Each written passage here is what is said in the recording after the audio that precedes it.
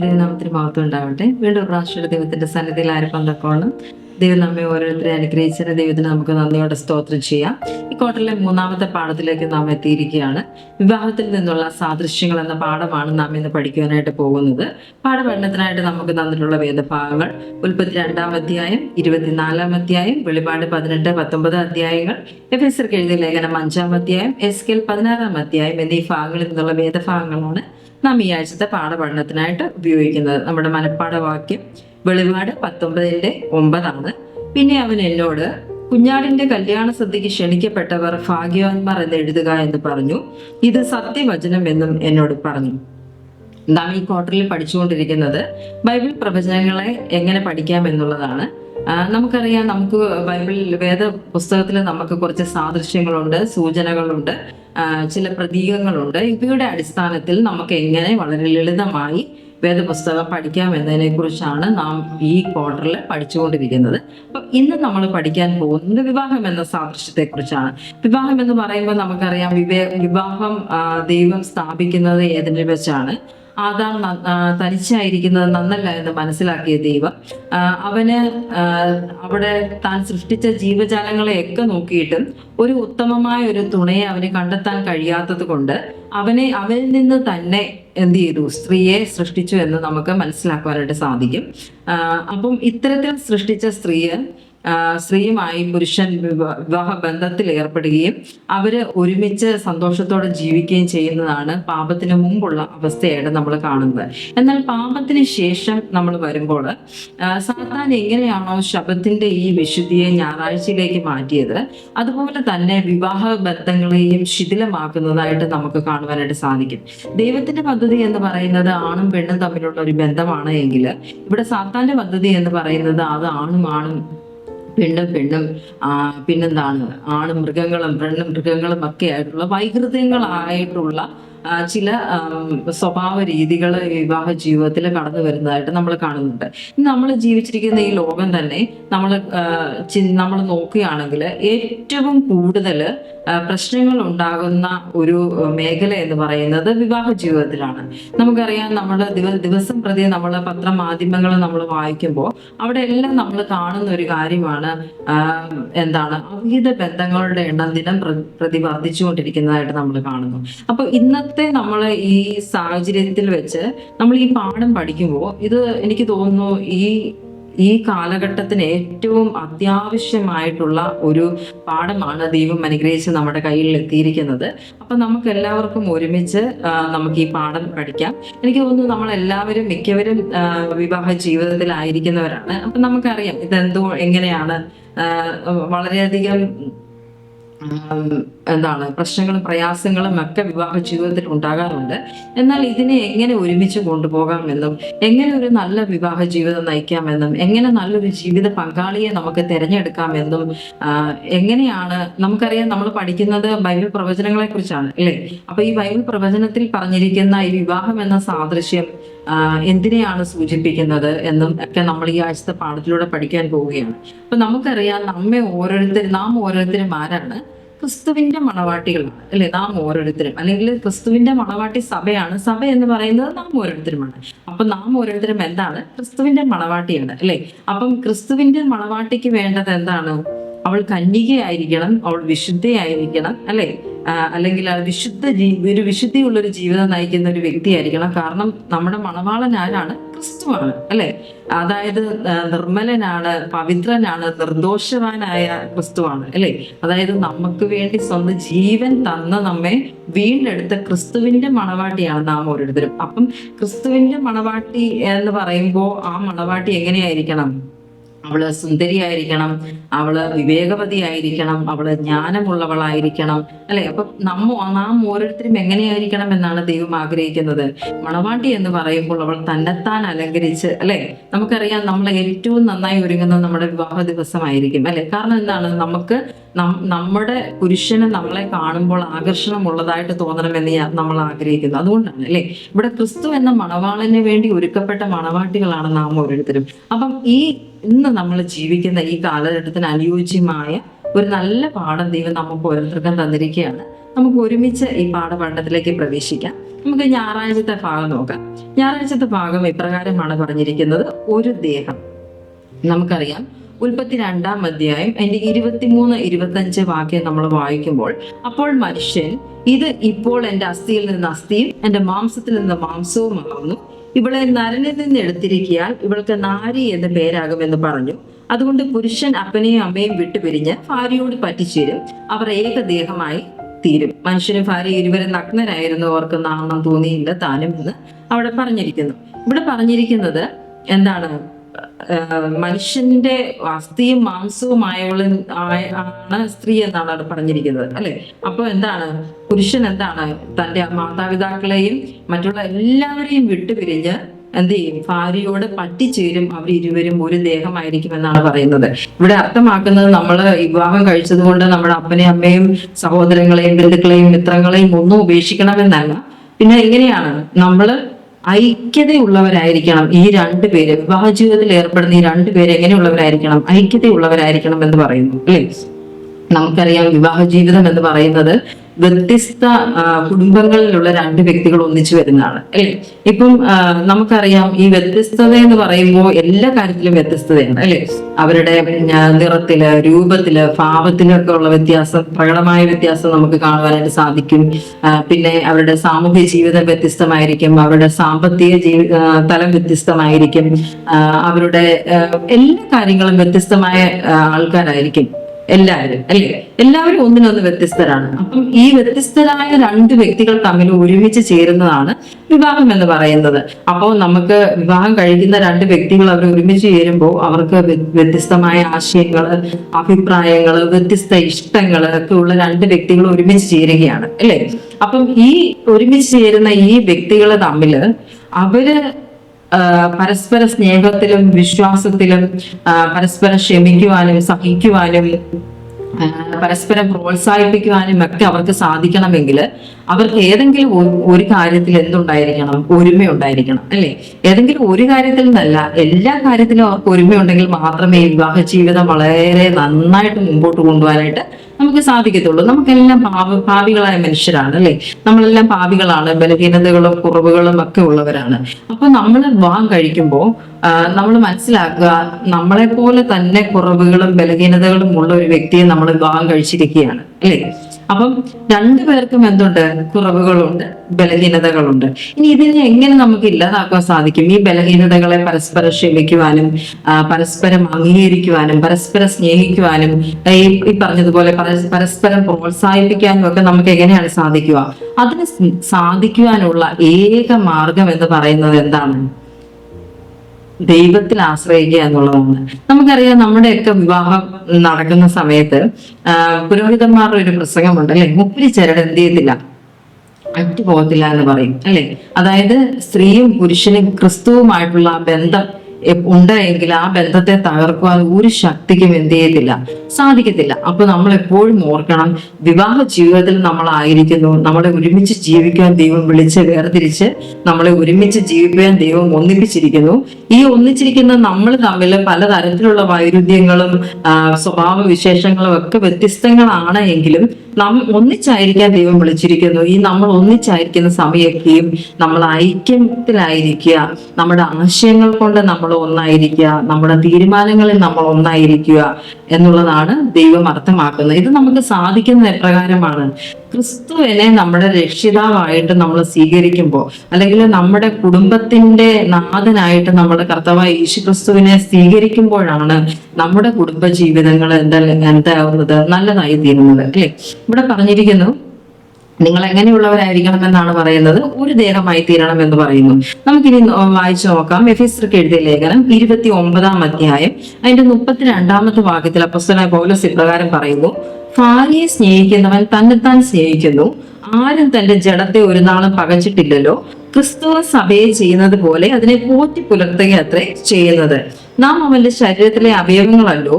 അത് നിമിത്തം ഒരു മനുഷ്യൻ അപ്പനെയും അമ്മയും വിട്ട് ഭാര്യയോട് പറ്റിച്ചേരും, ഇരുവരും ഒരു ദേഹമായി തീരും.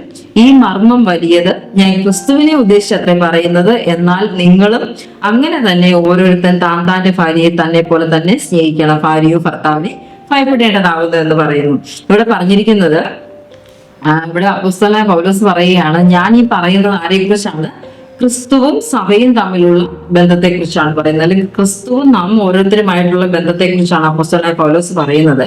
എന്നാൽ പറയുന്നു, അവിടെ വീണ്ടും ഓർമ്മിപ്പിക്കുകയാണ്, ഈ മർമ്മം വലിയത്, ഞാൻ ക്രിസ്തുവിനെ ഉദ്ദേശിച്ചത്രേ പറയുന്നത്, എന്നാൽ നിങ്ങളും അങ്ങനെ തന്നെ ഓരോരുത്തൻ താന്റെ ഭാര്യയെ തന്നെ പോലെ തന്നെ സ്നേഹിക്കണം എന്ന് അവിടെ പറഞ്ഞിരിക്കുന്നു.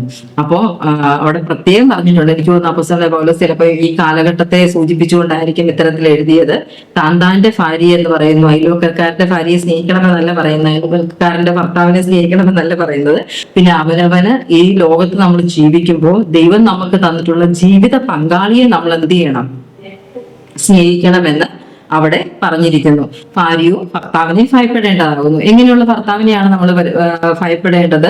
ഈ ക്രിസ്തു സഭയെ സ്നേഹിക്കുന്നത് പോലെ നമ്മെ പരിപാലിക്കുകയും നമ്മെ കരുതുകയും നമുക്ക് വേണ്ടി എല്ലാം ചെയ്യുകയും ചെയ്തു തരുന്ന ഈ ഭർത്താവിനെ നമ്മൾ എന്ത് ചെയ്യണം? സ്ത്രീ ഭയപ്പെടണമെന്ന് അവിടെ പറഞ്ഞിരിക്കുന്നു.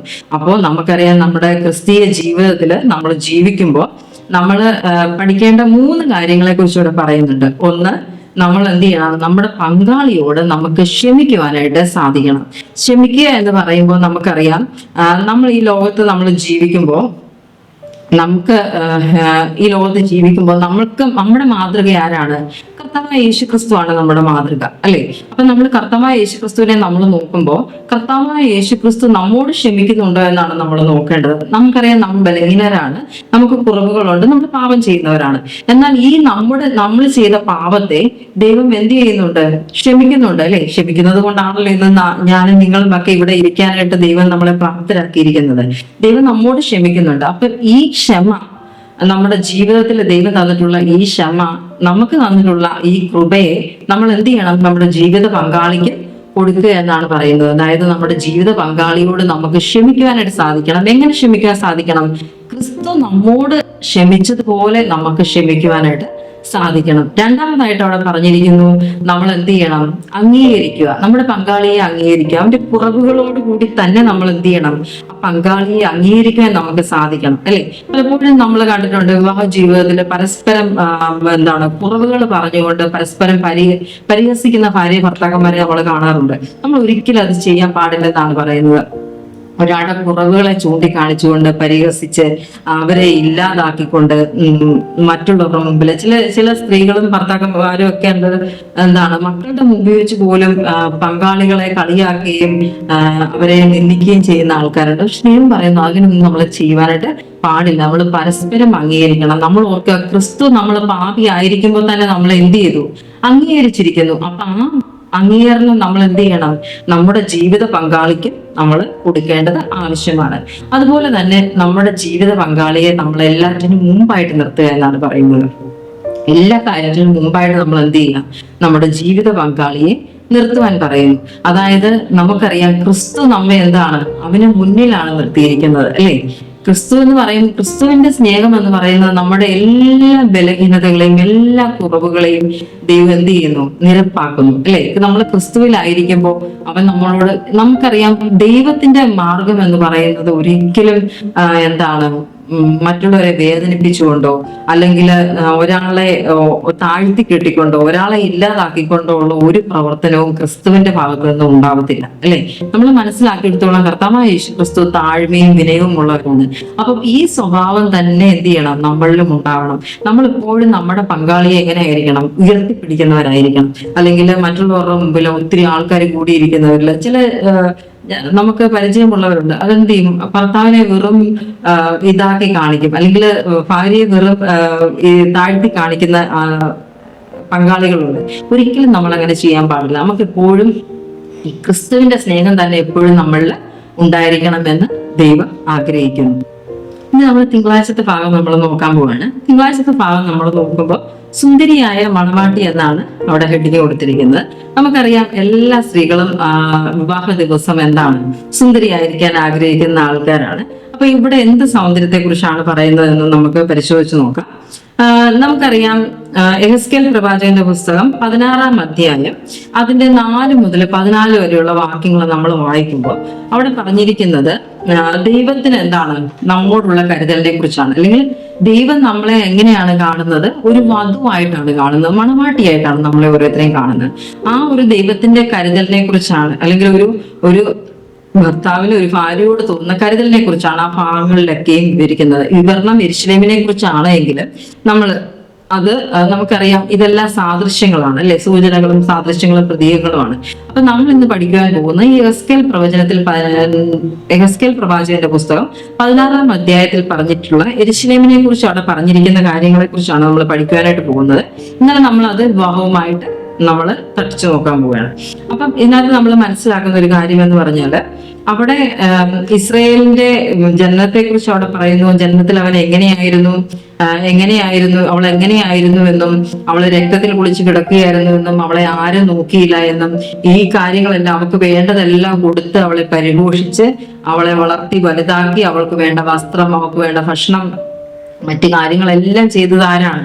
ദൈവമാണ് ചെയ്തത്. ദൈവം ചെയ്ത് അവളെ വളർത്തിക്കൊണ്ട് വന്ന് അവള് എല്ലാം തികഞ്ഞ് അവളൊരു കന്യകയായി അവളെല്ലാം തികഞ്ഞ് വന്നതിന് ശേഷം അവൾ എന്ത് ചെയ്തു? അവളുടെ സൗന്ദര്യത്തിൽ അഹങ്കരിക്കുന്നതായിട്ട് നമ്മൾ ഇവിടെ കാണുന്നു.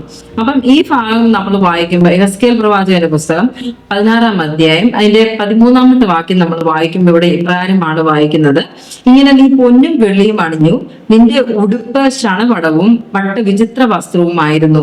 നീ നേരിയ മാവും തേനും എണ്ണയും ഉപജീവിച്ച് ഏറ്റവും സൗന്ദര്യമുള്ളവളായി തീർന്നു എന്നാണ് അവിടെ പറയുന്നത്.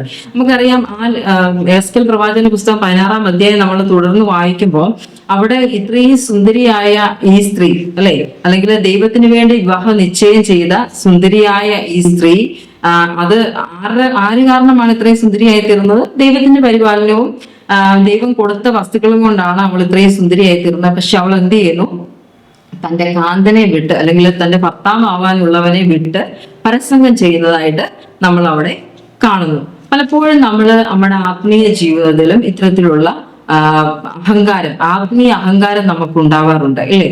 നമുക്കറിയാം നമ്മളെല്ലാം ക്രിസ്തുവിന്റെ മണവാട്ടികളാണ്, അല്ലേ? ക്രിസ്തുവിന്റെ മണവാട്ടികളാണ്. അവന്റെ 2ാം വരവിന് വേണ്ടി നമ്മളെല്ലാം കാത്തിരിക്കുന്നവരാണ്. നമുക്ക് ചിലപ്പോഴൊക്കെ നമ്മുടെ ആത്മീയ ജീവിതത്തില് നമുക്ക് ഇത്തരത്തിലുള്ള അഹങ്കാരങ്ങൾ വന്നു ചേരാനിടയുണ്ട്. ഉദാഹരണത്തിന് നമ്മളിപ്പം നന്നായിട്ട് പ്രസംഗിക്കുന്നവരാണെങ്കിൽ എന്റെ കഴിവ് കൊണ്ട് ഞാൻ നന്നായിട്ട് ഇതൊക്കെ ചെയ്യുന്നുണ്ട് എന്ന് ചിലർ പറയും. ചിലപ്പം നമുക്ക് തന്നിരിക്കുന്നത് അഡ്മിനിസ്ട്രേഷൻ ആയിരിക്കും. അപ്പൊ നമ്മുടെ കഴിവ് കൊണ്ടാണ് ഞാൻ ഈ കാര്യങ്ങളെല്ലാം നല്ലതായിട്ട് ചെയ്തത് എന്നുള്ളൊരു ചിന്ത നമുക്ക് വരാം. പാട്ട് പാടുന്നവർക്കാണെങ്കിൽ ഇത് എന്റെ ഇത് കൊണ്ടാണ്, ഞാൻ ഉണ്ടാക്കിയെടുത്ത കഴിവ്. ഇപ്പൊ ഇങ്ങനെ ഇത്തരത്തില് പല കാര്യങ്ങളെയും നമ്മൾ ഈ ആത്മീയ ജീവിതത്തിൽ നമുക്ക് തന്നിട്ടുള്ള പല താലന്തുകളെയും നമ്മൾ നമുക്ക് അഹങ്കാരത്തിനുള്ള ഒരു വസ്തുവായിട്ട് നമ്മൾ പലതിനെയും കാണാറുണ്ട്. അപ്പൊ ഇവിടെ പറഞ്ഞിരിക്കുന്നു, ഇത്തരത്തിലുള്ള ഒരു അഹങ്കാരവും ദൈവത്തിന്റെ മക്കൾക്ക്, അല്ലെങ്കിൽ ദൈവത്തിന്റെ മണവാട്ടിക്ക് പാടില്ല. കാരണം നിനക്ക് സൗന്ദര്യം ഉണ്ട് എങ്കിൽ ആ സൗന്ദര്യം തന്നത് ആരാണ്? അത് ദൈവത്തിൽ നിന്ന് നിനക്ക് കിട്ടിയ സൗന്ദര്യമാണ്, അല്ലെ? നിനക്ക് എന്തെങ്കിലും കഴിവുകൾ ഉണ്ടെങ്കിൽ അത് നിനക്ക് ദൈവത്തിൽ നിന്ന് വന്ന കഴിവുകളാണ്. നീ എന്തെങ്കിലും നേടിയിട്ടുണ്ടെങ്കിൽ അത് ദൈവത്തിന്റെ കൃപയല്ലാതെ മറ്റൊന്നുമല്ല. ഈ ഒരു തിരിച്ചറിവ് ഓരോ വിശ്വാസിക്കും ഉണ്ടാവണമെന്നാണ് പറയുന്നത്. അതായത് ഈ തിരിച്ചറിവ് നമുക്കില്ല എങ്കിൽ നമ്മൾ എന്ത് ചെയ്യും? സാത്താന്റെ കെണിയിൽ വീണുപോകും. കാരണം നമുക്കറിയാം, നമുക്ക് സൗന്ദര്യമുണ്ടെങ്കിലും വിദ്യാഭ്യാസം ഉണ്ടെങ്കിലും നമുക്ക് പദവികൾ ഉണ്ടെങ്കിലും നമ്മൾ എന്ത് ചെയ്യാറുണ്ട്? തെറ്റി പോകാനുള്ള സാധ്യതയുണ്ട്. കാരണം അഹങ്കാരം എന്നുള്ളത് സാത്താന്റെ സ്വഭാവം എന്താണ്? സാത്താൻ എന്തുകൊണ്ട് അഹങ്കരിച്ചത്? അവന്റെ സൗന്ദര്യം നിമിത്തമാണ് അഹങ്കരിച്ചത്, അല്ലെ? അല്ലെങ്കിൽ അവന്റെ വ്യാപാരത്തിന്റെ പെരുപ്പം നിമിത്തമാണ് അവൻ അഹങ്കരിച്ചത് നമുക്ക് മനസ്സിലാക്കാൻ സാധിക്കും. അപ്പൊ ഇത്തരത്തിലുള്ള എന്തെങ്കിലും ഞാൻ വലുത്, എന്റെ കഴിവ് കൊണ്ട് ഞാൻ എന്ന ഭാവം നിങ്ങളുടെ ഉണ്ടെങ്കിൽ ഇന്ന് നിങ്ങൾ ആ ഭാവങ്ങളെ ഉപേക്ഷിച്ച് കളയുവാനാണ് ദൈവം പറയുന്നത്. ഞാൻ തന്നതല്ലാതെ നിങ്ങൾക്ക് യാതൊന്നുമില്ല എന്ന് നിങ്ങൾ മനസ്സിലാക്കുക എന്നാണ് ദൈവം പറയുന്നത്. അപ്പൊ നമുക്കൊന്ന് വായിച്ചു നോക്കാം. 2 കൊരിന്ത്യർ 5:21 ഇപ്രകാരം പറയുന്നു: പാപം അറിയാത്തവനെ നാം അവനിൽ ദൈവത്തിന്റെ നീതി ആക്കേണ്ടതിന് അവൻ നമുക്ക് വേണ്ടി പാപം ആക്കിയെന്ന് അവിടെ പറയുന്നു. അപ്പം ദൈവത്തിന്റെ നീതിക്ക് വേണ്ടി, നീതി നമ്മളെ കാണിക്കാൻ വേണ്ടി എന്ത് ചെയ്തു? ദൈവം എന്ത് ചെയ്തു? കർത്താവായ യേശുക്രിസ്തുവിനെ നമുക്ക് ഓരോരുത്തർക്കുമായിട്ട് ഈ ലോകത്തിലേക്ക് തന്നിരിക്കുന്നു. അവന്റെ കൃപ കൊണ്ടാണ് നമ്മൾ എന്ത് ചെയ്യുന്നത്? ജീവിക്കുന്നത്. അപ്പം ഇത്തരത്തിലുള്ള നമ്മുടെ ആത്മീയ ജീവിതത്തിൽ വരുന്ന അഹങ്കാരങ്ങളെ നമ്മൾ എന്ത് ചെയ്യണം? ആത്മീയ ജീവിതത്തിൽ നിന്നല്ല, നമ്മുടെ ഭൗതിക ജീവിതത്തിലാണെങ്കിലും എല്ലാ ജീവിത മേഖലകളിലും അഹങ്കാരം എന്നുള്ളത് എന്താണ്? അത് നമ്മുടെ ജീവിതത്തിൽ നിന്ന് വേരോടെ പറിച്ചു കളയേണ്ട ഒരു കാര്യമാണ് എന്ന് പറയുന്നു. കാരണം നമ്മുടെ രക്ഷിതാവ് എങ്ങനെയുള്ളവനാണ്? താഴ്മയും വിനയവും ഉള്ളവനാണ്. അപ്പൊ നമ്മളും എന്ത് ചെയ്യണം? നമ്മുടെ ഹീറോ ആരാണ്? കർത്താവ് യേശുക്രിസ്തു ആണ്. അപ്പൊ നമ്മളെ പിൻഗമിക്കുന്ന വ്യക്തിയോട് അനുരൂപപ്പെട്ട് വേണം നമ്മൾ എന്ത് ചെയ്യാൻ? നമ്മുടെ ജീവിതം മുമ്പോട്ട് കൊണ്ടുപോകാൻ. അപ്പൊ നമ്മൾ എപ്പോഴും എങ്ങനെയുള്ളവരായിരിക്കണം? താഴ്മയുള്ളവരായിരിക്കണം. നമ്മൾ സ്വയത്തിൽ അഹങ്കരിക്കരുത് എന്ന് ഇവിടെ പറഞ്ഞിരിക്കുന്നു. ഇനി നമുക്ക് നോക്കാം, ചുവടുത്ത ഭാഗത്തിലേക്ക് നമ്മൾ വരുമ്പോൾ അവിടെ ഹോശിയായുടെ പരസംഗം ചെയ്യുന്ന ഭാര്യ എന്നാണ് പറഞ്ഞിരിക്കുന്നത്. നമുക്കറിയാം, ഹോശിയ പ്രവാചകൻ ദൈവത്തിന്റെ പ്രവാചകനാണ്. ഈ ഹോശിയ പ്രവാചകനോട് ദൈവം പറയുകയാണ്, നീ ഒരു വേശ്യാ സ്ത്രീയെ ചെന്ന് വിവാഹം കഴിക്കുക എന്ന് അവിടെ പറഞ്ഞിരിക്കുന്നു. ഹോശിയ 1:2 യഹോവ ഹോശിയയോട്, നീ ചെന്ന് പരസംഗം ചെയ്യുന്ന ഒരു ഭാര്യയെയും പരസംഗത്തിൽ ജനിച്ച മക്കളെയും എടുക്കുക, ദേശം യഹോവയെ വിട്ടുമാറി കഠിന പരസംഗം ചെയ്തിരിക്കുന്നുവല്ലോ എന്ന് കൽപ്പിച്ചു. അപ്പൊ ഈ ഭാഗം നമ്മൾ പരിശോധിക്കുമ്പോൾ അവിടെ ഹോശേയോട് യഹോവ കൽപ്പിച്ചിരിക്കുന്നു, നീ എന്ത് ചെയ്യുക? ഒരു വേശ്യാ സ്ത്രീയെ വിവാഹം കഴിക്കുവാനാണ് അവിടെ പറഞ്ഞിരിക്കുന്നത്. നമുക്കറിയാം, ഞാൻ മനസ്സിലാക്കിയെടുത്തോളം പുരുഷന്മാർക്ക് എന്താണ് ഒരു അപമാനകരമായ കാര്യമാണ് ഭാര്യ അവിഹിത ബന്ധങ്ങളിൽ ഏർപ്പെടുക എന്നുള്ളത്, അല്ലെ? അവരുടെ ആത്മാഭിമാനത്തിന് അത് ഭയങ്കര കോട്ടം തട്ടുന്നതായിട്ട് നമുക്ക് കാണാൻ സാധിക്കും. എനിക്ക് തോന്നുന്നു സ്ത്രീകൾക്കും അങ്ങനെ ഉണ്ടായിരിക്കും. എന്നാൽ സ്ത്രീകളെക്കാൾ കുറച്ചും കൂടി കൂടുതലായിട്ട് ഇന്നത്തെ കാലത്ത് സ്ത്രീകൾ അത് സഹിച്ചു നിൽക്കത്തില്ല. പക്ഷെ പണ്ടത്തെ ഒരു സമയത്തായിരുന്നുവെങ്കിൽ ഒരുപക്ഷെ മക്കൾക്ക് വേണ്ടി ഭർത്താവിന്റെ അവിഹിത ബന്ധത്തെ കണ്ടില്ല കേട്ടില്ല എന്ന് വെക്കുന്ന സ്ത്രീകൾ ഉണ്ടായിരുന്നു. ജോലി ഇല്ലാത്തതുകൊണ്ട് അല്ലെങ്കിൽ സ്വന്തമായിട്ട് വരുമാന മാർഗം ഇല്ലാത്തത് കൊണ്ട് ഭർത്താവിനെ ആശ്രയിച്ച് ജീവിക്കേണ്ടതുകൊണ്ട് ഇതൊക്കെ സഹിച്ച് ജീവിക്കുന്ന സ്ത്രീകൾ പണ്ടുണ്ടായിരുന്നു. എന്നാൽ ഇന്നത്തെ സ്ത്രീകൾക്ക് അവരത് സഹിച്ച് ജീവിക്കണമെന്നില്ല. എന്നാൽ പുരുഷന്മാരെ സംബന്ധിച്ചിടത്തോളം അക്കാലത്തും ഇക്കാലത്തും സ്ത്രീകൾക്ക് അവിഹിത ബന്ധമുണ്ട് എന്ന് കാണുന്നത് അവർക്കൊരു കുറച്ചിലായിട്ട് നമുക്ക് മനസ്സിലാക്കുവാനായിട്ട് സാധിക്കും. ഇവിടെ നമ്മൾ സദൃശവാക്യങ്ങൾ നമ്മൾ വായിച്ചു നോക്കുമ്പോൾ അവിടെ ഇപ്രകാരം പറയുന്നു, ജാരശങ്ക പുരുഷന് ക്രോധഹേതുവാകുന്നു, എത്ര സമ്മാനങ്ങൾ കൊടുത്താലും അതിനെ കെടുത്തുവാനായിട്ട് എന്ത് ചെയ്തില്ല? സാധിക്കത്തില്ല എന്നാണ് പറയുന്നത്. അപ്പം അങ്ങനെയുള്ള പുരുഷനായ ഹോശേയുടെ അടുത്ത്, ഇനി പുരുഷൻ എന്നതും പോട്ടെ, ദൈവത്തിന്റെ പ്രവാചകനായ ഹോശേയോട് ദൈവം തന്നെ പറയുകയാണ്, നീ എന്ത് ചെയ്യുക? ഒരു വേശ്യാ സ്ത്രീയെ ചെന്ന് വിവാഹം കഴിക്കുക എന്ന് പറയുന്നു. ഹോശേയ്ക്ക് ചിലപ്പോൾ അത്ഭുതം തോന്നിക്കാണും, ദൈവമേ, ഇത്രയും അപമാനകരമായ ഒരു കാര്യം എന്തിനെ എന്നെ ഏൽപ്പിച്ചിരിക്കുന്നു? എനിക്കത് നാണക്കേടാണ്, ഞാൻ നിന്റെ പ്രവാചകനല്ലേ എന്നൊക്കെ ഹോശേയുടെ മനസ്സിൽ ചിലപ്പോൾ ഈ ചിന്തകളൊക്കെ ഉണ്ടായിട്ടുണ്ടായിരിക്കാം. ഇനി നമുക്ക് വെളിപ്പാടിന്റെ പുസ്തകം 17-ാം അധ്യായം എന്റെ 1-2 വാക്യങ്ങളൊന്ന് വായിച്ചു നോക്കാം. പിന്നെ 7 കലശമുള്ള 7 ദൂതന്മാരിൽ ഒരുവൻ വന്ന് എന്നോട് സംസാരിച്ചു, വരിക, ഭൂമിയിലെ രാജാക്കന്മാരോട് വേശ്യാവൃത്തി ചെയ്ത് തന്റെ വേശ്യാവൃത്തിയുടെ മദ്യത്താൽ ഭൂവാസികളെ മത്തരാക്കിയവളായി പെരുവെള്ളത്തിന് മീതെ ഇരിക്കുന്ന മഹാവേശ്യയുടെ ന്യായവിധി ഞാൻ കാണിച്ചു തരാമെന്ന് പറഞ്ഞു. അപ്പൊ ഇവിടെ പറഞ്ഞിരിക്കുകയാണ്, ഈ മഹാവേശ്യക്ക് അല്ലെങ്കിൽ ഈ പരസംഗം ചെയ്യുന്ന ഈ മഹാവേശ്യക്ക് ഒരു ന്യായവിധി ഉണ്ട് നിശ്ചയം എന്നാണ് അവിടെ പറഞ്ഞിരിക്കുന്നത്. അപ്പൊ നമുക്കറിയാം, ഇവിടെ ഹോശേയോട് പറയുന്നു, നീ എന്ത് ചെയ്യുക? ഒരു വേശ്യാ സ്ത്രീയെ ചെന്ന് വിവാഹം കഴിക്കുക, അവൾ വീണ്ടും പരസംഗത്തിൽ പോവും, വീണ്ടും അവളെ തിരിച്ചു കൊണ്ടുവന്ന് അവളെ സ്നേഹിച്ച് ഇരിക്കുക എന്ന് പറയുന്നു. എന്നാൽ ഈ ഹോശേ എന്ത് ചെയ്യുന്നു? വിവാഹം കഴിക്കുന്നു, അവളെ സ്നേഹിക്കുന്നു, വീണ്ടും അവൾ ആ സ്നേഹം വിട്ട് പരസംഗം തേടി പോകുന്നു, വീണ്ടും അവളെ വിലക്ക് വാങ്ങി അവളെ സ്നേഹിച്ചുകൊണ്ടേയിരിക്കുന്നു. എന്നാൽ ഇതിന് എന്തുണ്ട്? ഒരു അവസാനമുണ്ട്, അല്ലെ? അതായത് ഈ വേശ്യയോട് എന്ത് ചെയ്യും? ഈ മഹാവേശ്യയോട് ഒരു ന്യായവിധി ദൈവത്തിന്റെ സന്നിധിയിൽ നിന്ന് പുറപ്പെട്ടു വരുമെന്ന് അവിടെ പറഞ്ഞിരിക്കുന്നു. അതുപോലെ തന്നെ പറഞ്ഞിരിക്കുകയാണ്, വെളിപ്പാട് 18-ാം അധ്യായത്തിന്റെ 3-ാമത്തെ വാക്യം പ്രകാരം പറഞ്ഞിരിക്കുന്നു, അവളുടെ വേശ്യാവൃത്തിയുടെ ക്രോധം മദ്യം സകല ജാതികളും കുടിച്ചു, ഭൂമിയിലെ രാജാക്കന്മാർ അവളോട് വേശ്യാസംഗം ചെയ്യുകയും ഭൂമിയിലെ വ്യാപാരികൾ അവരുടെ കുളപ്പിന്റെ ആധിക്യത്താൽ സമ്പന്നരാകുകയും ചെയ്തു എന്നാണ് അവിടെ പറയുന്നത്. അപ്പം ഈ ഒരു വേശ്യാ സ്ത്രീ നിമിത്തം സകല ജാതികളും എന്തായി ദുഷിച്ചിരിക്കുന്നു എന്നാണ് അവിടെ പറഞ്ഞിരിക്കുന്നത്. അല്ലെങ്കിൽ ഇവിടെ ഈ വ്യഭിചാരം കൊണ്ട് എന്ത് ചെയ്യുന്നു? ഈ സകല ലോകത്തിലുള്ള സകല മനുഷ്യരുടെയും കണ്ണുകളെ കുരുടാക്കിയിട്ടിരിക്കുകയാണ്. ഇവർക്കൊക്കെയുമുള്ള ന്യായവിധി ദൈവത്തിന്റെ സഭയിൽ നിന്ന്, സന്നിധിയിൽ നിന്ന് പുറപ്പെട്ടു വരുമെന്നാണ് ഇവിടെ പറഞ്ഞിരിക്കുന്നത്. അപ്പൊ ഇവിടെ പറഞ്ഞിരിക്കുന്നത് സ്ത്രീ എന്ന് ഉദ്ദേശിക്കുന്നത് നമുക്കറിയാം സഭയാണ്. സഭയുടെ പരസംഗത്തെ കുറിച്ചാണ് പറയുന്നത്, അല്ലെങ്കിൽ സഭയിൽ കടന്നു വന്നിട്ടുള്ള അനാചാരങ്ങളെ കുറിച്ചാണ് ഇവിടെ പറഞ്ഞിരിക്കുന്നത്. നമുക്കറിയാം നമ്മൾ ഇന്ന് ചുറ്റുമുള്ള സഭകളെയൊക്കെ എടുത്ത് നോക്കുമ്പോൾ പലതരത്തിലുള്ള അനാചാരങ്ങളും വിഗ്രഹാരാധനകള്, അനാചാരങ്ങള്, വിവാഹ സംബന്ധമായ ചില അനാചാരങ്ങൾ നമുക്ക് കാണുവാൻ സാധിക്കും. ഒരു കുഞ്ഞുണ്ടായത് അതിനോടനുബന്ധമായിട്ടുള്ള, ഇനി മരണത്തിന്റെ ആണെങ്കിൽ തന്നെയും ആവശ്യമില്ലാത്ത കുറെ ശുശ്രൂഷകളും ഒക്കെ നമുക്ക് കാണുവാനായിട്ട് സാധിക്കും. ഇതൊന്നും വേദപുസ്തകവുമായിട്ട് യാതൊരു ബന്ധവും ഇല്ലാത്ത കാര്യങ്ങളാണ് ഈ ചെയ്തുകൊണ്ടിരിക്കുന്നത്. ഇതിനെയൊക്കെയാണ് എന്ത് ചെയ്യുന്നത്, സഭകളുടെ പരസംഗം എന്ന് പറയുന്നത്. ഇവിടെ നമുക്കറിയാം, ഇവിടെ പറഞ്ഞിരിക്കുന്നത് നമ്മുടെ സഭയും ഇത്തരത്തിലുള്ള പല അനാചാരങ്ങളെയും ഇന്ന് നമ്മുടേതാക്കി നമ്മൾ സ്വീകരിച്ചെടുത്തിട്ടുണ്ട്. അപ്പൊ നമ്മളൊരു ന്യായവിധിയിലേക്ക് നമ്മൾ പോകാതെ നമ്മുടെ സഭയ്ക്കുള്ളിൽ നിന്നും ഇത്തരത്തിലുള്ള എന്തെങ്കിലും വെളിയിൽ നിന്നുള്ള പരസംഗത്തിൻ്റെതായ എന്തെങ്കിലും കാര്യങ്ങൾ നമ്മുടെ സഭയിൽ ഉണ്ടെങ്കിൽ അതൊക്കെയും നമുക്ക് മാറ്റി ശുദ്ധീകരിക്കേണ്ട സമയം വന്നിരിക്കുന്നു എന്നുള്ളതാണ്. ഇല്ല എങ്കിൽ സ്വർഗത്തിൽ നിന്നുള്ള ന്യായവിധി നമ്മുടെ നേരെ വന്നു കഴിയുമ്പോൾ നമുക്ക് ആർക്കും എന്ത് ചെയ്യാൻ സാധിക്കത്തില്ല, പിടിച്ചു നീക്കുവാനായിട്ട് സാധിക്കത്തില്ല. അപ്പൊ ഇസ്രായേലിനോട് ദൈവം വളരെ ക്ഷമിക്കുകയും അവര് പരസംഗം ചെയ്തിട്ടും അവരോടുള്ള അവരുടെ സ്നേഹം നിർത്താതെ അത് തുടരുകയും ചെയ്തിരുന്നു.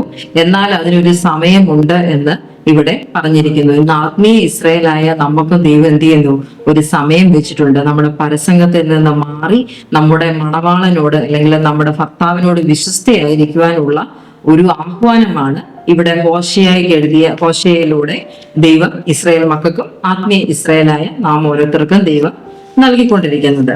ഇനി നമുക്ക് അടുത്ത ഭാഗം, ബുധനാഴ്ചത്തെ പാഠം നമുക്ക് നോക്കാം. അത് ഇസ്ഹാക്കും റബേക്കയും എന്നാണ് ഹെഡിങ് കൊടുത്തിരിക്കുന്നത്.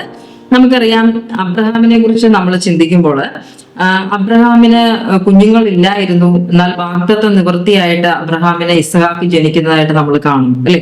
ഇസ്ഹാക്കിന്റെ യാഗം നമ്മുടെ ക്രിസ്തുവിന്റെ യാഗവുമായിട്ടാണ് അവിടെ ഇസ്ഹാക്കിനെ യാഗം കഴിക്കാൻ കൊണ്ടുവന്നത്. ക്രിസ്തു ഭാവിയിൽ നമുക്ക് ഓരോരുത്തർക്കും വേണ്ടി നമ്മുടെ പാപത്തിന് വേണ്ടി യാഗമാകുന്നതിന്റെ ഒരു മുന്നൊരുക്കമായിട്ടാണ് അവിടെ കാണിച്ചിരിക്കുന്നതെങ്കിൽ ഇവിടെ നമ്മൾക്ക് കാണുവാനായിട്ടുള്ളത് ഒരു ക്രിസ്തുവിന്റെ മണവാട്ടി എങ്ങനെയായിരിക്കണം എന്നുള്ളതിനെ കുറിച്ചാണ് നമ്മൾ ഇന്ന് പഠിക്കുവാനായിട്ട് പോകുന്നത്. അതായത് ഇസ്ഹാക്കിന്റെയും റബേക്കയുടെയും കഥയിലൂടെ നമ്മൾ പഠിക്കുവാനായിട്ട് പോകുന്നത്. നമുക്കറിയാം, അബ്രഹാം ജീവിക്കുന്നത് കനാനീയരുടെ നടുക്കായിരുന്നു, അല്ലെ?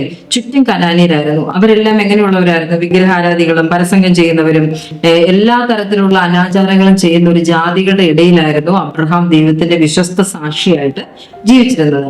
ഇങ്ങനെ ജീവിക്കുന്ന അബ്രഹാമിന് തനിക്കൊരു പുത്രനെ ലഭിച്ചപ്പോൾ, അവന് 40 വയസ്സായപ്പോൾ അവൻ എന്ത് ചെയ്യുന്നു? അവന്റെ അമ്മ മരിച്ചതുകൊണ്ട് അവന് വളരെ ദുഃഖമുണ്ടായിരുന്നത് കൊണ്ടും അവനൊരു വിവാഹം കഴിക്കാൻ പ്രായമായതുകൊണ്ടും അവനൊരു തുണയുടെ അല്ലെങ്കിൽ ഒരു ഇണയുടെ ആവശ്യം ഉണ്ടായിരുന്നത് കൊണ്ടും തന്റെ ദാസനെ വിളിച്ച് അവനോട് പറയുന്നു, നീ എന്ത് ചെയ്യുക, എന്റെ തുടയിൻ കീഴ് കൈവച്ച് നീ എന്ത് ചെയ്യുക, അതിനോടൊരു ഒരു കരാർ ചെയ്യുക എന്നവിടെ പറയുന്നു. കാരണം നീ എന്ത് ചെയ്യല്, ഈ ചുറ്റുമുള്ള കനാന്യനിൽ നിന്ന് നീ എന്റെ മകൻ ഒരിക്കലും ഒരു പെണ്ണിനെ കണ്ടെത്തരുത്. നീ എന്റെ മകൻ ഒരു പെണ്ണിനെ കണ്ടെത്തുകയാണ് എങ്കിൽ അത് എന്റെ ചാർച്ചക്കാരുടെ അടുത്ത് എന്ന് നീ എന്ത് ചെയ്യണം, ഒരു യുവതിയെ കണ്ടെത്തി എന്റെ മകന്റെ ഭാര്യയായി കൊടുക്കണം എന്നാണ് അവിടെ പറയുന്നത്.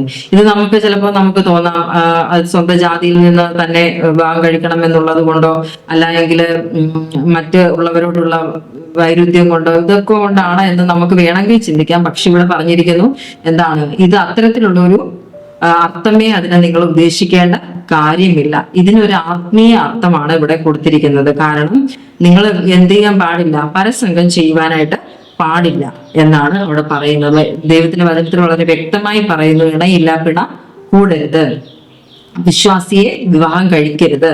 ഇനി അവിശ്വാസിയെ വിവാഹം കഴിക്കുകയാണെങ്കിൽ ആ അവിശ്വാസിയെ വിശ്വാസത്തിലേക്ക് കൊണ്ടുവരാനുള്ള ചുമതല നിന്റെയാണ്. അത് നീ നല്ലതായിട്ട് നിർവഹിക്കും എന്ന് ഉറപ്പുണ്ടെങ്കിൽ മാത്രം നമുക്ക് എന്ത് ചെയ്യാൻ സാധിക്കും, അവിശ്വാസിയെ വിവാഹം കഴിക്കും. അല്ലാതെ അവിശ്വാസിയെ വിവാഹം കഴിച്ചിട്ട് അവര് രക്ഷിക്കപ്പെടണമെന്ന് വിചാരിച്ചാൽ എന്ത് ചെയ്യത്തില്ല, നടക്കത്തില്ല. അപ്പോൾ നമ്മൾ അവിശ്വാസിയെ വിവാഹം കഴിക്കുന്നുവെങ്കിൽ അവരെ നമ്മൾ വിശ്വാസത്തിലേക്ക് കൊണ്ടുവരാൻ തക്ക വിശ്വാസവും തയ്യാറെടുപ്പുകൾ നമുക്ക് ഉണ്ടായിരിക്കേണ്ടത് വളരെ ആവശ്യമാണ്.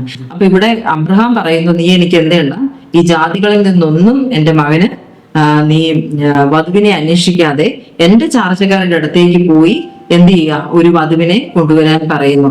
അവിടെ നമ്മൾ നോക്കുകയാണെങ്കിൽ ഈ റെബേക്കയുടെ ഒരു സ്വഭാവത്തിന്റെ ഒരു സവിശേഷത നമ്മൾ നോക്കുകയാണെങ്കിൽ അവിടെ എന്താണ് ഈ ദാസൻ പറയുന്നുണ്ട്, എന്റെ അടുത്ത് വന്ന് ഈ ഒട്ടകങ്ങൾക്ക് വെള്ളം കോരി കൊടുക്കുന്ന സ്ത്രീ ആയിരിക്കണം എന്റെ യജമാനന്റെ ഭാര്യയാവാൻ പോകേണ്ടത് എന്ന് അവിടെ പറയുന്നുണ്ട്. അപ്പൊ നമുക്കറിയാം റെബേക്ക വരുമ്പോൾ അവൾ പറയുന്നു, ഞാൻ എന്താണ് നിനക്കും നിന്റെ ഒട്ടകങ്ങൾക്കും എന്ത് ചെയ്യാം, വെള്ളം കോരി കൊടുക്കാമെന്നാണ് അവൾ പറയുന്നത്. അപ്പൊ ക്രിസ്തുവിന്റെ മണവാട്ടിയെ സംബന്ധിച്ചിടത്തോളം അവൾക്കുണ്ടാകേണ്ട ആദ്യത്തെ ഗുണം എന്ന് പറയുന്നത് അവൾ കനിവുള്ളവളായിരിക്കണം. മറ്റുള്ളവരോട് കനിവും കരുതലും ഉള്ളവളായിരിക്കണം ക്രിസ്തുവിന്റെ മണവാട്ടി എന്ന് അവിടെ പറഞ്ഞിരിക്കുന്നു. അതുപോലെ തന്നെ നമ്മൾ നോക്കുകയാണെങ്കിൽ ആ കഥ നമ്മൾ ഇനി മുമ്പോട്ട് വന്നു കഴിയുമ്പോൾ എന്താണ് അവിടെ ഈ അനുവാദം ചോദിക്കുമ്പോൾ, അല്ലെങ്കിൽ ഈ മാലയെ ഞങ്ങൾ കൊണ്ടുപോയിക്കോട്ടെ എന്ന അനുവാദം ചോദിക്കുമ്പോൾ ആ സ്ത്രീ പറയുകയാണ്, അല്ലെങ്കിൽ റബേക്ക പറയുകയാണ്, ഞാൻ പോകുന്നു എന്നാണ് പറയുന്നത്, അല്ലെ? അപ്പൊ ക്രിസ്തുവിന്റെ മണവാട്ടി എന്ന് പറയുന്നത് ക്രിസ്തുവിനോട് കൂടെ പോകുവാൻ ധൈര്യമുള്ളവളും സന്നദ്ധ ഉള്ളവളും ആയിരിക്കണമെന്ന് നമുക്കവിടെ മനസ്സിലാക്കുവാൻ സാധിക്കും. അത് മാത്രമല്ല, നമ്മൾ ആ യാത്ര ഉടനീളം നമ്മൾ നോക്കുമ്പോൾ ആ യാത്രയിൽ ഉടനീളം റബേക്ക ഇസ്ഹാക്കിനെ കാണുമ്പോൾ തന്റെ കുതിരപ്പുറത്ത് നിന്ന് ഇറങ്ങുകയും തന്റെ മൂടുപടം എടുത്ത് അണിയുകയും അല്ലെങ്കിൽ തന്റെ മര്യാദയാണ് അവിടെ കാണിക്കുന്നത്, അല്ലെ? അല്ലെങ്കിൽ തന്റെ പുരുഷനോടുള്ള, താൻ വിവാഹം കഴിക്കുന്ന പുരുഷനോടുള്ള ബഹുമാനത്തെ അവിടെ കാണിക്കുന്നു. അതുപോലെ തന്നെ നമ്മൾ അതിന്റെ അവസാന ഭാഗം നമ്മൾ നോക്കുമ്പോൾ ഇസ്ഹാക്കിന് അവളിൽ പ്രേമമായി അല്ലെങ്കിൽ സ്നേഹമായി, അവന്റെ അമ്മ മരിച്ചതിന്റെ ആ സങ്കടം അവനെ വിട്ടു മാറി എന്ന് നമുക്ക് അവിടെ കാണുവാനായിട്ട് സാധിക്കും. അപ്പൊ ക്രിസ്തുവിന്റെ മണവാട്ടി എന്ന് പറയുന്നത് മറ്റുള്ളവരോട് ദയയും കരുണയും ഉള്ളവളും ബഹുമാനമുള്ളവളും, അല്ലെ? അങ്ങനെയുള്ള സ്ത്രീയെയാണ് ക്രിസ്തുവിന് മണവാട്ടിയായിട്ട് വേണ്ടത് എന്ന് നമുക്ക് മനസ്സിലാക്കാൻ സാധിക്കും. ഇതോടൊപ്പം തന്നെ നമ്മൾ മനസ്സിലാക്കുന്ന ഒരു കാര്യമാണ്, മുമ്പ് പറഞ്ഞതുപോലെ തന്നെ ഇണയില്ല പിണ കൂടുവാൻ പാടില്ല. നമുക്കറിയാം ശലോമോൻ നമുക്ക് വലിയൊരു ഉദാഹരണമായിട്ട് നമ്മുടെ മുമ്പിലുണ്ട്, അല്ലെ? ശലോമോന്റെ ചരിത്രം നമ്മൾ പരിശോധിക്കുമ്പോൾ ശലോമോനെ പോലെ ജ്ഞാനിയായ ഒരു രാജാവ് ഇസ്രയേലിൽ നല്ല ലോകത്തിൽ പോലും ഉണ്ടായിരുന്നില്ല എന്നാണ് നമ്മൾ പഠിക്കുന്നത്, അല്ലെ? അതായത് നമുക്കറിയാം ശിവരാജ്ഞി വരെ എന്താണ് ഇതിന്റെ ഈ മഹത്വം കണ്ടിട്ടാണ് ആ രാജ്യത്തിലെ സന്ദർശനം നടത്തുന്നതായിട്ട് നമ്മൾ കണ്ടിട്ടുള്ളത്. അപ്പൊ ശലോമോൻ രാജാവ് പക്ഷെ എന്ത് സംഭവിച്ചു? ശലോമോൻ രാജാവ് തന്റെ ഒരുപാട് ഭാര്യമാര് ശലോമോൻ രാജാവിന് ഉള്ളത് കൊണ്ട് അവരെല്ലാവരും എന്ത് ചെയ്തു? അവന്റെ ഹൃദയത്തെ വശീകരിച്ച് കളഞ്ഞ് പിൽക്കാലത്ത് യഹോവയെ വിട്ട് അവൻ അന്യ ദൈവങ്ങളെ സേവിക്കുന്ന ഒരു രീതിയിലേക്ക് ഈ ശലോമോൻ മാറുന്നതായിട്ട് നമ്മൾ കാണുന്നു, അല്ലെ? അതെന്തുകൊണ്ടാണ്? ശലോമോനെ സംബന്ധിച്ചിടത്തോളം ശലോമോന് അന്യ ദേശത്തുള്ള ഭാര്യമാർ ഒരുപാട് ഉണ്ടായിരുന്നു, അല്ലെ? നമുക്കറിയാം ഇസ്രായേലിൽ നിന്നും മറ്റ് സമീപ പ്രദേശത്ത് നിന്നുള്ള രാജ്ഞിമാരെ എല്ലാം എന്ത് ചെയ്തിട്ടുണ്ട്? തന്റെ മണവാട്ടിയായിട്ട് ശലോമോൻ കൊണ്ടുപോയിട്ടുണ്ട്. ഇവരെന്ത് ചെയ്തു? ശലോമോന്റെ ഹൃദയത്തെ ദൈവത്തിൽ നിന്ന് മാറ്റി മറ്റ് വിഗ്രഹ ആരാധനയിലേക്ക് അവനെ കൊണ്ടുപോകുന്നതായിട്ട് നമ്മൾ കാണുന്നു. അപ്പൊ നമ്മുടെ തെരഞ്ഞെടുപ്പുകൾ നമ്മൾ എപ്പോഴും എന്ത് ചെയ്യണം? സൂക്ഷ്മതയുള്ളതായിരിക്കണം എന്നാണ് പറയുന്നത്. ഇത് വിവാഹിതരാകാൻ പോകുന്നവർക്കുള്ള മുന്നറിയിപ്പാണ്. വിവാഹിതരായവർക്ക് വേറെ വഴികളൊന്നുമില്ല. എന്നാൽ വിവാഹിതരാകാൻ പോകുന്നവര് ഈ കാര്യങ്ങളിൽ എന്ത് ചെയ്യണം? അവര് സൂക്ഷ്മതയുള്ളവരായിരിക്കണം എന്നാണ് പറയുന്നത്. കാരണം സിസ്റ്റർ വൈറ്റിന്റെ ലേഖനങ്ങളിൽ അവർ ഇപ്രകാരം വളരെ വ്യക്തമായിട്ട് പറയുന്നുണ്ട്, നിങ്ങൾ ദിവസം 2 നേരം പ്രാർത്ഥിക്കുന്ന വ്യക്തികളാണ് എങ്കിൽ നിങ്ങൾ വിവാഹം കഴിക്കാൻ പോകുമ്പോൾ ഒരു 4 നേരമെങ്കിലും നിങ്ങൾ പ്രാർത്ഥിക്കണം. ഇനി നിങ്ങൾ 4 നേരം പ്രാർത്ഥിക്കുന്നവരാണെങ്കിൽ നിങ്ങളുടെ പ്രാർത്ഥന 6 നേരമാക്കണം. കാരണം എന്താണ്? നിങ്ങൾ ഒരു ആജീവനാന്ത കരാർ ഒപ്പിടാൻ പോവുകയാണ് ഒരു സ്ത്രീയുമായിട്ട്, ഒരു പുരുഷനുമായിട്ട്. ഇവരെങ്ങനെയുള്ളവരാണെന്നോ ഏത് രീതിയിലുള്ളവരാണെന്നോ നിങ്ങൾക്ക് അറിയത്തില്ല.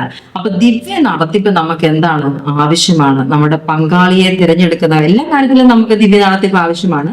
എന്നാൽ നമ്മൾ പങ്കാളിയെ തിരഞ്ഞെടുക്കുന്ന കാര്യത്തിൽ വളരെ സൂക്ഷ്മതയുള്ളവരായിരിക്കണം എന്നാണ് ദൈവത്തിന്റെ വചനം പറയുന്നത്.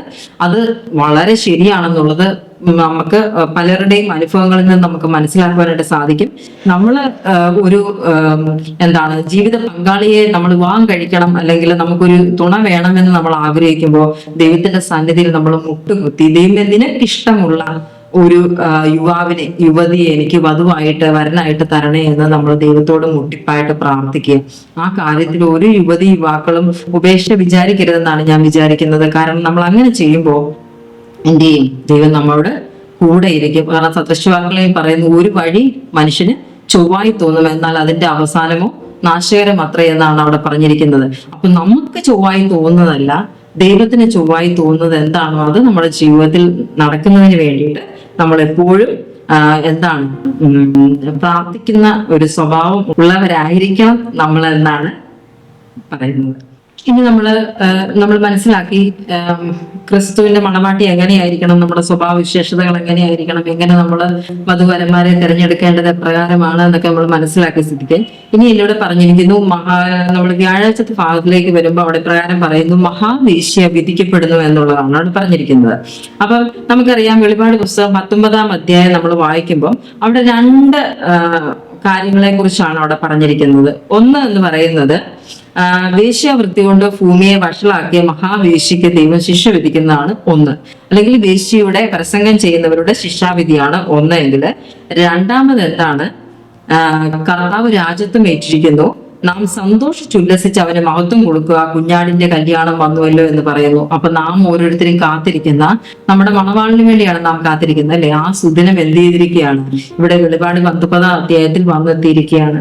അതായത് അവിടെ ഒന്ന് സംഭവിക്കുന്നത് എന്താണ്, അവിശ്വസ്തരായിട്ടിരുന്നവർക്ക് എന്ത് സംഭവിച്ചു, അവര് ന്യായവിധിയിലേക്ക് പോകുമ്പോൾ വിശ്വസ്തരായിരുന്ന കർത്താവായ യേശുക്രിസ്തുവിനെ നോക്കി വിശ്വസ്തരായിരുന്ന അവന്റെ മണവാട്ടിക്ക് എന്ത് സംഭവിക്കുന്നു, അവിടെ വിവാഹം കഴിച്ച് അവനോടുകൂടെ പോകുവാനുള്ള അവസരം ലഭിക്കുന്നതായിട്ട് അവിടെ കാണുന്നു. അപ്പൊ ഈ 2 കാര്യങ്ങൾ നമ്മൾ നോക്കുമ്പോൾ എന്താണ്, ഇതൊരു അവസാനത്തേക്കാണ് കാണിക്കുന്നത് അല്ലെ, അല്ലെങ്കിൽ എല്ലാ നന്മ തിന്മയുടെ അവസാനത്തെയാണ് അവിടെ കാണിക്കുന്നത്.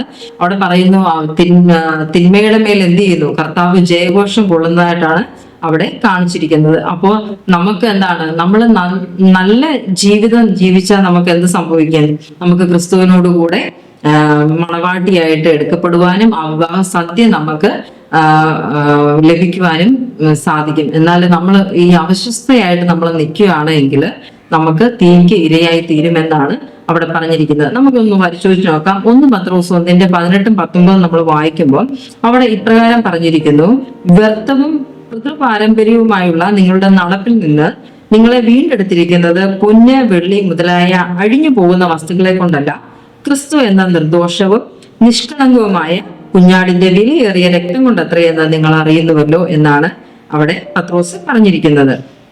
അപ്പൊ നമുക്കറിയാം വിവാഹം എന്ന് പറയുന്നത് ക്രിസ്തുവും സഭയും തമ്മിലുള്ള ഐക്യത്തിന്റെ ഒരു ചിഹ്നമായിട്ടാണ് അവിടെ കാണിച്ചിരിക്കുന്നത്. ഇത് നമ്മുടെ ആത്മീയ വിവാഹത്തെ കുറിച്ചാണ് പറയുന്നത്. ഈ ഭൗതികമായിട്ട് നമുക്ക് ഈ ലോകത്ത് തന്നിട്ടുള്ള വിവാഹവും എന്താണ്, നമ്മുടെ നിത്യജീവനിലേക്ക് നമ്മളെ നയിക്കുന്ന ഒന്നാണ് അല്ലേ. നമ്മുടെ പങ്കാളി കൊള്ളരുതാത്തവരാണ് എങ്കിൽ, നമ്മുടെ പങ്കാളിക്ക് നല്ല ബുദ്ധി ഇല്ല എങ്കിൽ നമ്മുടെ ചിന്തകളും എന്ത് ചെയ്യും, വികലങ്ങളായി പോകും അല്ലെ. അതായത് സ്ഥിരബുദ്ധി ഇല്ലാത്ത ഒരാളോട് ജീവിക്കുന്ന ആൾക്കും എന്ത് ചെയ്യും, മാനസിക പ്രശ്നങ്ങളും അവർക്ക് ഒന്നിലും ശ്രദ്ധിക്കാൻ കഴിയത്തില്ല, ഭയങ്കര അസ്വസ്ഥതയായിരിക്കും, മറ്റെല്ലാ കാര്യങ്ങളിലും ആകെപ്പാടെ ഒരു സമ്മിശ്ര അവസ്ഥയായിരിക്കും അവർക്കുണ്ടാവുക. എന്നാൽ ഇവിടെ പറഞ്ഞിരിക്കുന്നു ഈ വിവാഹം എന്നുള്ളത് എന്താണ്, ക്രിസ്തുവും മനുഷ്യനും തമ്മിലുള്ള ബന്ധത്തെയാണ് കാണിച്ചിരിക്കുന്നത്. അപ്പൊ ഈ ബന്ധം അത് ഏറ്റവും നല്ലതായി കൊണ്ടുപോവുക എന്നുള്ള ഉത്തരവാദിത്വം നമ്മുടെ ഓരോരുത്തർക്കുമാണ്. നമ്മുടെ വിവാഹ ജീവിതത്തിൽ ഇത് 2 പേരുടെയും ഉത്തരവാദിത്വമാണ് എങ്കിൽ, ആത്മീയ ജീവിതത്തിലെ ക്രിസ്തു എന്ന പുരുഷൻ എങ്ങനെയുള്ളവനാണ്, അവന് മാറ്റമില്ല. അവൻ എന്നത്തെയും പോലെ നമ്മളെ സ്നേഹവും കരുതലും കരുണയും ദീർഘക്ഷമയുമുള്ള പുരുഷൻ തന്നെയായിട്ട് നമ്മളെ നോക്കി ഇരിക്കുകയാണ്. മാറ്റം വരേണ്ടത് ആരാണ്, മണവാട്ടിയായ നമുക്ക് ഓരോരുത്തർക്കുമാണ്, സഭയ്ക്കാണ് മാറ്റം വരേണ്ടത്. നമ്മുടെ ക്രിസ്തു എന്ന പുരുഷൻ അവിടെ എന്തില്ല, ഒരു മാറ്റവും ഇല്ല. അദ്ദേഹം നമ്മളെ എപ്പോഴും സ്വീകരിക്കുവാൻ സന്നദ്ധരായിട്ട് ഇരിക്കുകയാണ്. അപ്പം ഇങ്ങനെയുള്ള ഈ ഒരു കാലഘട്ടത്തിൽ നമ്മൾ ജീവിക്കുമ്പോൾ നമ്മൾ ഈ കാര്യങ്ങളും ഇതൊക്കെ കാണുമ്പോൾ നമ്മൾ മനസ്സിലാക്കേണ്ട ഒരു കാര്യം, എന്റെ സൗന്ദര്യം കൊണ്ടോ എന്റെ ബുദ്ധി കൊണ്ടോ എന്റെ ജ്ഞാനം കൊണ്ടോ ഞാൻ എന്ത് ചെയ്യുന്നില്ല, ഒന്നും നേടുന്നില്ല. പിന്നെ ക്രിസ്തുവിന്റെ കൃപയാണ് എന്നെ ഇതിന് പ്രാപ്തരാക്കുന്നതെന്ന് നമ്മൾ ഓരോരുത്തരും മനസ്സിലാക്കിയിരിക്കുക. നമ്മുടെ ഈ ലോകത്തെ വിവാഹ ജീവിതത്തെ നമ്മൾ ഏറ്റവും ഭംഗിയായി മുമ്പോട്ട് കൊണ്ടുപോകാം. അതിന് നമ്മളെ കൊണ്ടൊന്നും ചെയ്യുവാൻ സാധിക്കില്ല എന്നുള്ളത് നമ്മൾ മനസ്സിലാക്കുക. നമ്മളെ കൊണ്ട് ചെയ്യാൻ സാധിക്കുന്നത് നമ്മളെ താഴ്ത്തി ദൈവത്തിന്റെ സന്നിധിയിലേക്ക് സമർപ്പിക്കുക, ക്രിസ്തുവിനെ നമ്മുടെ രക്ഷിതാവായി സ്വീകരിക്കുക, ക്രിസ്തുവിന്റെ സ്വഭാവം നമ്മൾ ഓരോരുത്തരും നമ്മൾ വളർത്തിയെടുക്കുക എന്നുള്ളതാണ്. ഈ ക്രിസ്തുവിന്റെ സ്വഭാവം നമ്മൾ ഉണ്ട് എങ്കിൽ നമ്മൾ ചെയ്യുന്ന എല്ലാ കാര്യങ്ങളിലും ദൈവത്തിന്റെ കൃപയും സാന്നിധ്യവും നമ്മുടെ കൂടെ ഇരിക്കും. നമുക്ക് എന്ത് ചെയ്യാൻ സാധിക്കും, ഈ ലോകത്തിലെ വിവാഹ ജീവിതം നമുക്ക് നന്നായിട്ട് മുമ്പോട്ട് കൊണ്ടുപോകാൻ സാധിക്കും. നമ്മുടെ മണവാട്ടിയായിട്ട്, ക്രിസ്തുവിന്റെ മണവാട്ടിയായിട്ട് നമുക്ക് അവന് വേണ്ടി ദിവസം തോറും ഒരുങ്ങി കാത്തിരിക്കുന്ന ഒരു സ്ത്രീ ആയിട്ടിരിക്കാനും നമുക്ക് സാധിക്കും.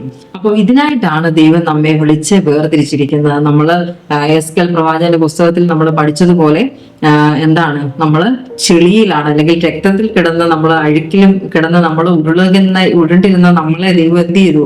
കഴുകി ശുദ്ധീകരിച്ച് നമുക്ക് ആവശ്യമായ വസ്ത്രം അണിയിച്ച് നമുക്ക് ആവശ്യമായ ഭക്ഷണം തന്ന് നമ്മെ പോഷിപ്പിച്ച് അവന് അനുരൂപമായ ഒരു വധുവാക്കി നമ്മളെ എടുത്തിരിക്കുകയാണ്.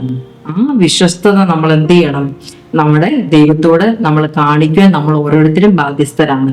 നമ്മളത് കാണിച്ചില്ല എങ്കിൽ നമുക്ക് നഷ്ടപ്പെടുന്ന എന്താണ്? നിത്യത നമുക്ക് നഷ്ടപ്പെടും എന്നുള്ളതാണ് അതിന്റെ യാഥാർത്ഥ്യം എന്ന് പറയുന്നത്. അപ്പൊ ഇന്നത്തെ ഈ പാഠം പഠിച്ചതിലൂടെ നമ്മൾ പഠിക്കുന്ന നമ്മൾ പഠിച്ച കാര്യങ്ങളെന്ന് പറഞ്ഞാൽ നമ്മുടെ ഈ ലോകത്തിലെ വിവാഹ ജീവിതത്തെ നമുക്ക് എങ്ങനെ നന്നായിട്ട് മുമ്പോട്ട് കൊണ്ടുപോകാമെന്നും കർത്താവായ യേശുക്രിസ്തുവിന്റെ ഒരു വിശ്വസ്ത മണവാട്ടിയായിട്ട് ആത്മീയ അഹങ്കാരമില്ലാതെ ആത്മീയ അന്ധതയില്ലാതെ എങ്ങനെ നമുക്ക് ജീവിക്കാമെന്ന് നമ്മൾ പഠിച്ചു കഴിഞ്ഞു അല്ലെ. അപ്പം ഈ പാഠത്തിന് അനുരൂപമായിട്ട് ജീവിക്കുവാനായിട്ട് ദൈവം നമ്മെ ഓരോരുത്തരെ അനുഗ്രഹിക്കുമാറാകട്ടെ. ആമേൻ. ഇനി നമുക്ക് പ്രാർത്ഥിക്കാം. കരുണാസമ്പന്നനായ സ്വർഗീയ വാഴ്ത്തപ്പെട്ട പിതാവേ, വീണ്ടും ഒരു പ്രാവശ്യം തിരുവാടത്തിൽ അയൽപ്പന്തക്കുളം നൽകിയ അവസരത്തിനായി നന്ദിയോടെ സ്തോത്രം ചെയ്യുന്ന സ്തുതിക്കുന്നപ്പ ദൈവമേ, ഇന്ന് അടിയങ്ങൾ പഠിച്ച പാഠങ്ങൾക്ക് അനുരൂപമായി ജീവിപ്പാൻ അടിയങ്ങളെ സഹായിക്കണമേ. ദൈവമേ, ഇന്ന് ഈ പാഠം പഠിച്ചതിലൂടെ അടിയങ്ങളുടെ വിവാഹ ജീവിതത്തെ നന്നാക്കി കൊണ്ടുപോകുവാനും ദൈവമേ അങ്ങയുടെ വരവിന് വേണ്ടി വിശ്വസ്ത മണവാട്ടിയായി കാത്തിരിക്കുവാനും അടിയനെയും അടിയങ്ങളുടെ ഈ പാഠം കേട്ട് എല്ലാവരെയും അനുഗ്രഹിക്കുമാറാകണമെന്ന് അടിയങ്ക ജീവൻ സ്റ്റേഷന്റെ നാമത്തിൽ താവോട് അപേക്ഷിക്കുന്നവരുടെ കേൾക്കുമാറാകണമേ. ആമേൻ.